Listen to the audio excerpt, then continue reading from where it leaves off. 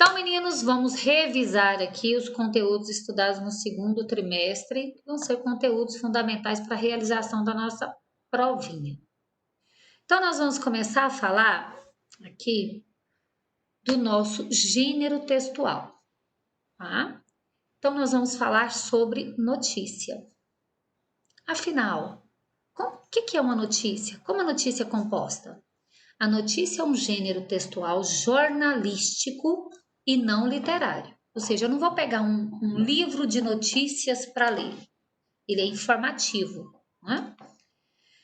Trata-se, portanto, de um texto informativo sobre um tema atual ou algum acontecimento real. Então, a notícia é um gênero jornalístico e informativo. A gente lê uma notícia para se informar, tá? Agora, como que ela é composta? Vou lembrar vocês. Ela é composta pelo título principal e o título auxiliar. Quem são esses, Cris? A notícia é formada por dois títulos, ou seja, um principal, também chamado de manchete, que sintetiza, ou seja, que resume o tema que será abordado, e o outro um pouco maior, o qual auxilia o entendimento do título principal, ou seja, é um recorte do assunto. Melhor ainda, é o subtítulo ou a linha fina. Tá? Então, eu vou ter o título, que é também conhecido como manchete, e embaixo eu vou ter o subtítulo, também conhecido como linha fina. Depois, no primeiro parágrafo, eu tenho o lead. A pronúncia correta é essa, lead. Na linguagem jornalística, a lead corresponde à introdução da notícia. Portanto, trata-se do primeiro parágrafo que responderá às perguntas. Lá nesse primeiro parágrafo, na lead, você já encontra o que, quem, quando, onde, como e por quê. Sério, Cris? Lá no primeiro parágrafo você já encontra a resposta para tudo isso? Encontra, porque ela é um resumo de todo o texto. E o corpo da notícia, que é o resto, né? Tirei a lead, que é o primeiro parágrafo, tudo que sobra é o corpo do texto. Nessa parte será apresentada a notícia com descrições mais detalhadas. Só vai dar mais detalhes da notícia. Agora vamos lá. Vamos falar aqui sobre uma coisa que vocês gostam muito, que é o verbo. O verbo é a classe de palavras que exprime ação, estado, mudança de estado, fenômeno da natureza e possui inúmeras flexões. Na última teve uma aula que eu expliquei isso aqui para vocês.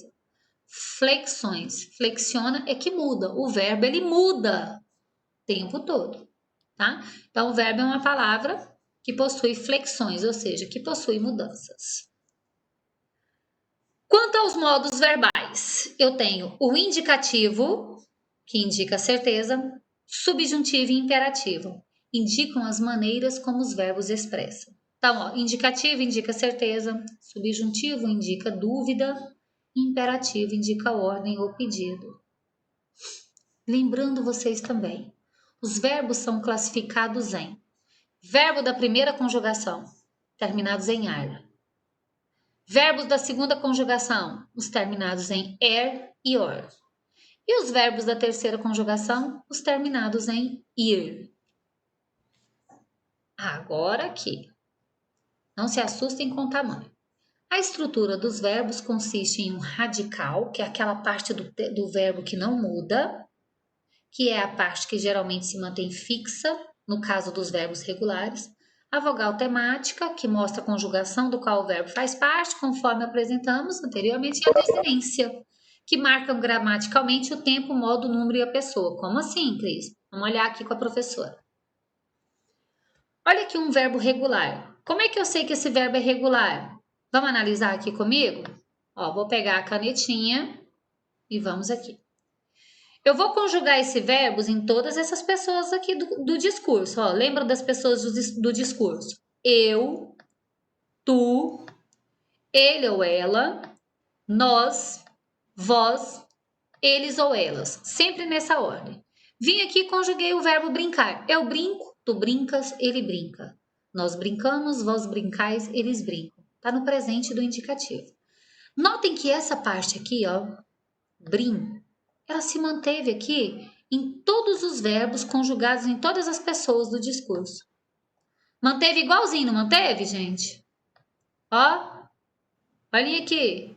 Então, se manteve igualzinho, significa que esse verbo é um verbo regular, porque o seu radical se manteve o mesmo. Verbo radical mantém, verbo regular mantém o mesmo radical, mantém uma partezinha sempre a mesma em todas as pessoas. Ah, entendi. Então vamos ver um verbo irregular agora para vocês verem como que ele funciona? Olha aqui. Aqui eu tenho as pessoas do discurso do mesmo jeito, ó, na mesma, vejam que está na mesma ordem. Eu, tu, ele ou ela, nós, vós, eles ou elas. E aí eu vim com o verbo fazer. Vou pegar minha canetinha de novo. Eu faço. É assim que se fala, ó. Eu faço. Tu fazes. Ele faz. Nós fazemos. Vós fazeis. E eles fazem. Notem aqui, meninos, que agora existe uma palavrinha só, um verbo só, que está com um radical diferente, que é o eu. O eu tem C cedilha, enquanto os outros têm Z. Mudou o radical. Mudou. Se mudou o radical, o verbo é irregular. Verbo irregular é aquele que tem o radical diferente. Certinho? Que muda seu radical. E o verbo regular é aquele que não muda o seu radical. Lembrando aqui que o indicativo exprime fatos, certezas, exemplo, existe, né, ele exprime o certo, ele tem certeza no que ele fala. Discurso muito bem.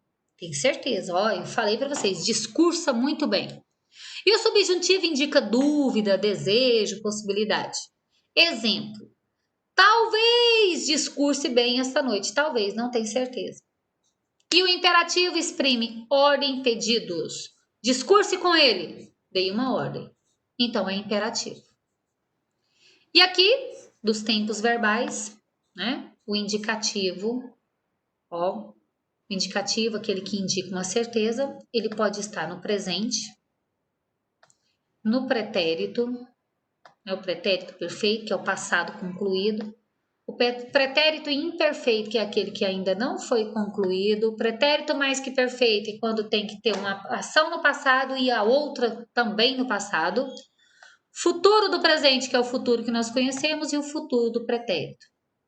Não precisa memorizar o que eles significam. Basta vocês saberem que o indicativo podem estar com esses tempos verbais. O subjuntivo tem apenas 3, presente, pretérito imperfeito, porque não foi concluído ainda, não tem certeza. E o futuro. Agora, olhem só o imperativo. O imperativo, ele pode ser afirmativo ou negativo. Afirmativo é quando eu dou uma ordem ou pedido sem o não. O negativo é quando eu coloco o não. Ó, se eu falo assim para vocês, prestem atenção, eu dei uma ordem. Imperativo afirmativo. E se eu falo, não prestem atenção, tem um não aí. Então é imperativo negativo. Certo? Essa é a única forma do imperativo. Ele se divide nesses dois. E para finalizar, nós vamos falar das formas nominais. Aquela, né? Que tem um ossinho lá com o nome de vovô. As formas nominais do verbo são infinitivo, gerúndio e particípio. O infinitivo são os verbos terminados em ar, er, ir, or. O particípio são os verbos terminados em ado, ido, e os gerúndios são os verbos terminados em ando, endo, indo. Olha só. O infinitivo expressa a ação em si. Ele não tem tempo definido. Acordar, agradecer, esperar, sorrir. O gerúndio expressa o processo da ação. Lembram? O gerúndio não, a ação no gerúndio ainda não foi concluída, ela está em andamento. Ó, acordando, agradecendo, esperando, sorrindo. E o particípio expressa o resultado da ação. O particípio foi finalizado. Acordado, agradecido, esperado. Então, guardem bem essa diferença. O gerúndio é uma ação que ainda não foi concluída, ela está em andamento. O particípio é uma ação que foi concluída. E o infinitivo é aquele verbo que não define tempo. Ele pode estar em qualquer tempo, em qualquer modo.